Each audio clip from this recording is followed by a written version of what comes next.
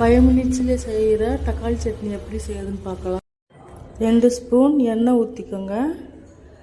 எண்ணெய் நல்லா கடாயில் காஞ்சதுக்கப்புறம் கடுகு போட்டுக்கோங்க. சீரகம் கொஞ்சம் போட்டுக்கோங்க.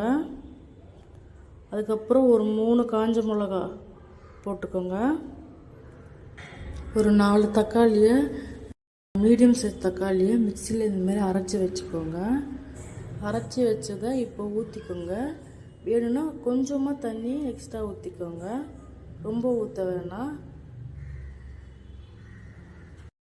இப்போ சாம்பார் பொடி எடுத்துக்கோங்க.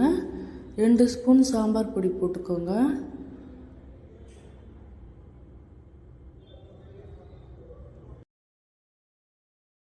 தேவையான அளவு உப்பு போட்டுக்கோங்க. இப்போ பெருங்காயம் கொஞ்சம் போட்டுக்கோங்க. இப்போ கருவேப்பிலை கொஞ்சம் போட்டுக்கோங்க. கொதிக்கும் போது போட்டால் நல்லா வாசனையாக இருக்கும், அதனால தான் இப்போ போட சொல்கிறேன். 5 மினிட்ஸ் ஆனதுக்கப்புறம் கொத்தமல்லி போட்டு இறக்கிடுங்க. இது இட்லி, தோசை, கோதுமை தோசைக்கு ரொம்ப நல்லாயிருக்கும்.